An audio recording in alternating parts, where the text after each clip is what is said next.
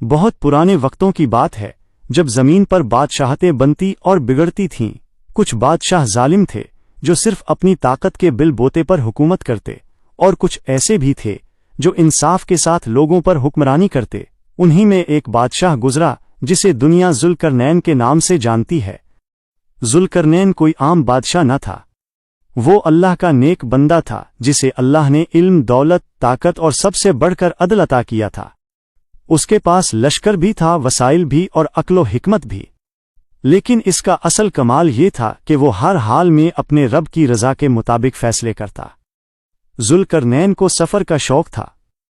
وہ اپنی سلطنت کے ایک کونے میں بیٹھ کر آرام کرنے والا بادشاہ نہ تھا، بلکہ وہ خود اپنی آنکھوں سے لوگوں کی حالت دیکھنا چاہتا تھا۔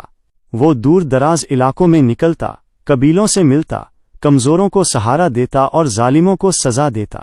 ایک دن وہ مغرب کی طرف کا سفر کر رہا تھا۔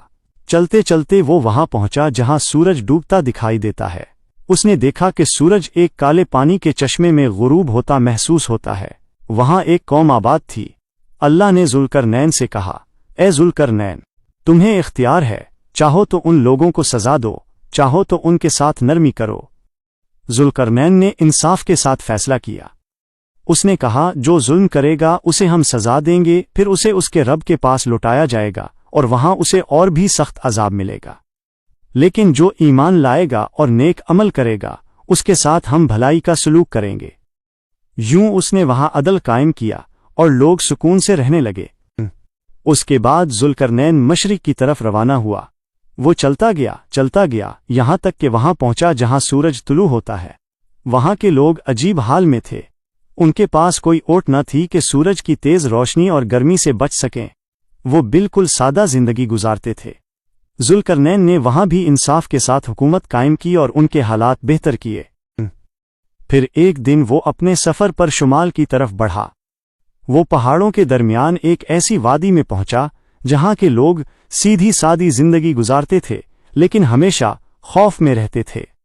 جب ذوالقرنین وہاں داخل ہوا تو لوگوں نے شکایت کی، اے ذوالقرنین، ہمارے قریب ایک بڑی آفت ہے۔ یجوج و ماجوج نام کے قبائل ہیں جو ہمارے کھیت تباہ کر دیتے ہیں، ہماری بستیوں کو اجاڑتے ہیں اور ہمیں سکون سے رہنے نہیں دیتے۔ کیا آپ ہمارے اور ان کے درمیان کوئی رکاوٹ بنا سکتے ہیں؟ ہم آپ کو ٹیکس دینے کے لیے تیار ہیں۔ ذوالقرنین نے ان کی حالت دیکھی اور کہا، مجھے تمہارے مال کی ضرورت نہیں، اللہ نے جو کچھ مجھے دیا ہے وہی کافی ہے۔ لیکن تم سب اپنی محنت اور طاقت لگاؤ اور میں تمہارے لیے ایک ایسی دیوار بنا دوں گا جسے یجوج و ماجوج کبھی پار نہ کر سکیں گے۔ پھر ایک عظیم کام کا آغاز ہوا۔ پہاڑوں کے درمیان ایک جگہ منتخب ہوئی۔ لوگ لوہے کے بڑے بڑے ٹکڑے لائے۔ ذوالقرنین نے حکم دیا کہ ان ٹکڑوں کو آگ میں پگھلایا جائے اور پہاڑ کے بیچ میں بھرا جائے۔ یہ کام کئی دنوں تک جاری رہا۔ پھر جب لوہا پہاڑوں کے برابر ہو گیا تو اس پر پگھلا ہوا تانبا انڈیلا گیا۔ یوں ایک ایسی مضبوط دیوار تیار ہوئی کہ یجوج و ماجوج نہ اس پر چڑھ سکتے تھے اور نہ ہی اس میں سوراخ کر سکتے تھے۔ وہ قید ہو گئے اور علاقے کے لوگ سکون سے رہنے لگے۔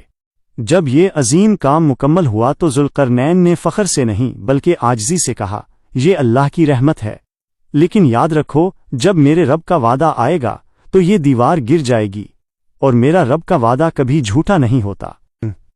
اس کے بعد ذوالقرنین نے اپنی سلطنت کے دوسرے حصوں کا سفر کیا۔ وہ جہاں بھی جاتا عدل قائم کرتا، لوگوں کو ان کے حقوق دلواتا اور مظلوموں کی مدد کرتا۔ اس کا نام دنیا میں پھیل گیا۔ لوگ اسے نہ صرف ایک بادشاہ بلکہ ایک نجات دہندہ کے طور پر یاد کرنے لگے۔ اور پھر وقت گزرتا گیا۔ ذوالقرنین کی یاد ایک تاریخ بن گئی، ایک ایسی داستان جو آج بھی لوگوں کے دلوں کو چھو لیتی ہے۔ اس کی کہانی ہمیں یہ سبق دیتی ہے کہ جب انسان کے پاس طاقت ہو تو اسے غرور نہیں کرنا چاہیے، بلکہ اسے انصاف اور بھلائی کے راستے میں استعمال کرنا چاہیے۔ ذوالقرنین نے یہ دکھا دیا کہ اصل بادشاہ وہ ہے جو اپنے رب کا شکر گزار ہو اور اپنی طاقت کو انسانیت کی بھلائی کے لیے لگائے۔